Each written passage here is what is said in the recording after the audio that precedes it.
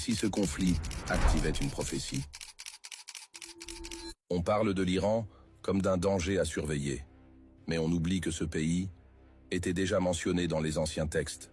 La Perse, berceau des mages, terre de prophètes, un royaume qui, avant même l'arrivée de l'Occident, avait sa propre vision du monde et sa propre lecture du ciel.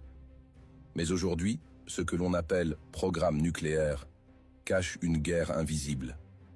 Car ce que l'Occident redoute n'est pas une bombe, c'est un retour.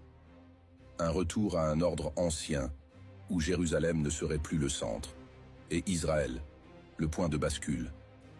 Pourquoi cette haine ancestrale? Pourquoi ce conflit si viscéral? Parce que derrière les missiles, il y a des trônes spirituels, et derrière les alliances militaires, des pactes immémoriaux. Les États-Unis, l'Europe, ne protègent pas seulement un pays, ils protègent une structure, un verrou posé sur la région. Et si ce verrou saute, c'est tout un pan de la domination mondiale qui s'écroule. Tu crois que c'est juste une guerre pour le pétrole ou l'uranium? Non, c'est une guerre pour l'axe du monde.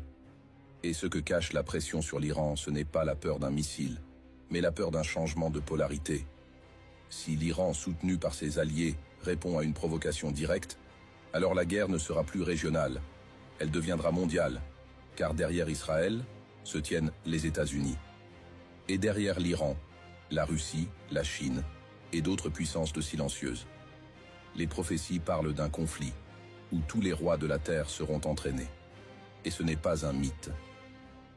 Dans le prochain épisode, tu verras pourquoi cette guerre ne se gagnera pas avec des armes, mais avec l'âme.